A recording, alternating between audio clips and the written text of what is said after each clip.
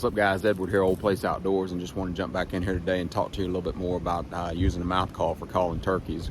And so before we get going, I do want to encourage you to go ahead and hit that subscribe button. That way you can get all the latest content that we're going to be putting out there.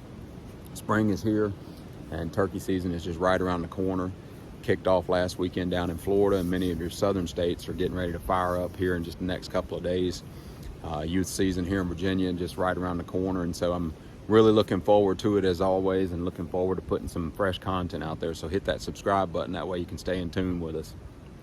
So today we're going to be talking about going to be continuing on with using a mouth call, and if you haven't seen some of the previous videos, then I encourage you to go look at those too. We put one out there where it was broke down the construction of the mouth call and talked about the orientation or the placement in your mouth and fitting it in your mouth, basically getting comfortable with it. And I encourage you especially to watch that one first. But next one we looked at, we started making the initial sounds of the yelp, which is the primary call of the hen turkey, and one that I feel like that all hunters should learn to master, whether it be on a box call, slate call, or a mouth call. And so all that being said, though, today we're going to be talking about another call that is one of my favorites to use in the springtime, and it's the cutting of a wild hen. And the cutting of a wild hen is an aggressive call. It's certainly not one that you want to use it strategically, basically, because there's certain times where it would be a bad idea to use it. But all in all, it's a very effective call, and one that I feel like that hunters really need to have in their arsenal to be able to deliver in the springtime. And so the cut is a fairly easy one to make, and it's you can easily produce that on a box call, like I say, or a slate call, or especially the mouth call. And so all that said, first, before we start talking about the how to do the cut, let's talk about what the cut is. When a hen is cutting, she's typically she could be out feeding by herself, or she could be with a group of hens, whatnot, or even with another gobbler. And if something maybe comes into the food plot or the field where they're at, then she might start cutting at another hen. And it's an aggressive call, so she's basically implying that she's kind of getting excited about something. Now, to say what that actually means or what her emotion is, I cannot tell you, and I don't think that many people could accurately. If they do, I would certainly take it with a grain of salt. But regardless of all that, though, when she starts cutting, she's excited about something. And historically speaking, when she starts cutting, oftentimes a gobbler will respond to that. And so for that reason, learning to do it, especially while you're out there trying to locate a gobbler, can be very effective. Times that I like to employ a cut might be if I'm say I've done a mid-morning setup and things kind of went cold. Maybe the gobblers have dispersed with hens, and I've kind of given a little bit of time and I'm waiting to maybe strike something. Well, that's the times where I'm going to be kind of maybe doing what I call walking and squawking, where I might be doing some series of yelps and throwing some cuts in there, because it's very natural for a hen to randomly just start cutting and looking for the group. Maybe she peeled off or whatnot. And so when a hen cuts like that, though, it's very sporadic. You can't time these intervals. It's just like a pop, pop, pop, pop, pop, pop, pop, pop, pop, pop. And what she's doing in that is she's waiting and listening. And oftentimes, the gobbler, he'll respond back, and if she hears that, then she's going to start making her way towards him. And what we want is for him to make his way towards us. And so cutting that distance, if he were to answer you, is a really strong recommendation. But that's got to be used with caution, because you just never know how fast he's going to be moving. So all that said, though, let's talk about the rhythm a little bit about the cut. And the rhythm is that there is no rhythm to it. And probably 20 plus years ago, I heard it on a Truth Series video or something, and Troy Ruiz is who I credit to saying it, but could be wrong about that. But the rhythm could be compared to that of putting a bag of popcorn in the microwave. And we probably all used a microwave popcorn, and when you put it in there and get it going and it starts going good, you can hear it. It's that pop, pop, pop, pop, pop, pop, pop, pop, pop, pop, pop, pop, pop, pop. and it's just all over the place. You can't time the intervals when those kernels are going to pop, and it, you know, it'll slow down as you get ready to burn it, but for the most part it's super erratic and very stacked on top of each other.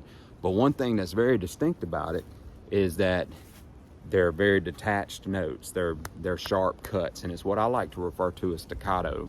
And in music, that's a term that basically means sharp and detached notes. And if you look that up, or you look up what staccato in music means, then you'll be able to relate that. But all in all, you're wanting those stacked notes to be very sharp, crisp, and abrupt, just bam, bam, bam, bam, bam, bam, and just popping them out there and getting that gobbler's attention.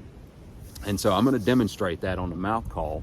But again, I want to emphasize that when you're cutting like that, you want to be listening, or you want a buddy to be listening, and listening for that gobble. And if you hear that gobble, then, you know, usually if I'm hunting by myself, if I know for sure where he gobbled at, then I might go ahead and set up right then. But sometimes I might try to get him to gobble one more time, just to make sure it wasn't like a courtesy gobble, and then I'm going to try to set up on him tentative to how far away he gobbled. So talking about the cut though, you know, again, making sure that we're putting the mouth call in our mouth correctly. One thing you're going to notice is when I make this cut, I depend on my cheeks and my mouth largely to produce those sounds, because you're wanting to pop that air out of there and make that abrupt staccato sound like I was talking about. So real quick, going to demonstrate. I'll probably throw some cuts or some yelps in there just habitually, but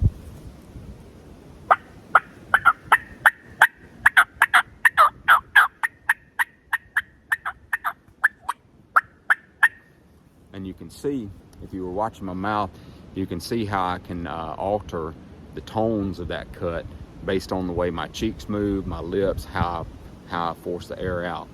Now, the way that we're going to do that though is we're, again, same thing going back to the other videos, where I'm forcing air over that reed and using my tongue to drop the jaw, but now I'm employing my lips to kind of create more of that popping sound. So if you think, that's basically what I'm doing, forcing that air out over the reed while at the same time making that sound with my lips and cheeks.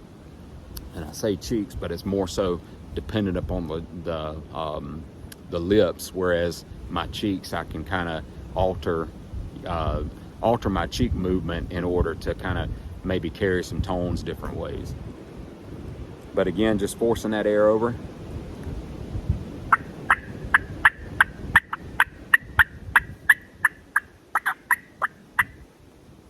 Not that hard, just want to pop it out of there.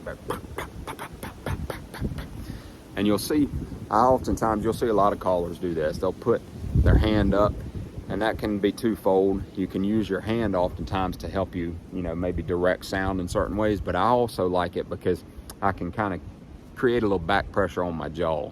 And why that is, I don't know, but oftentimes it helps to just kind of put that back pressure on the jaw to where you can kind of like you're having something to push against and making it that much more abrupt, especially when you're cutting.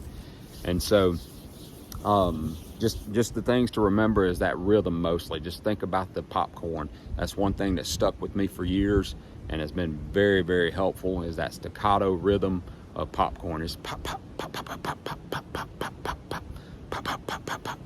And that right there is your cutting. Super simple call to do.